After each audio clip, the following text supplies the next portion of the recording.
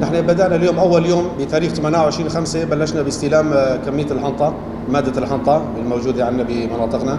والله وضع السنة المحصول في عندنا نسبة يعني نسبة الشعير بمادة الحنطة كثيرة عندنا، وحتى عم نشوف يعني اليوم استلمنا كذا سيارة في عندنا في نسبة شوائب كثيرة يعني هالسنة، مو مثل السنة عام الماضي، يعني عام الماضي كان أفضل.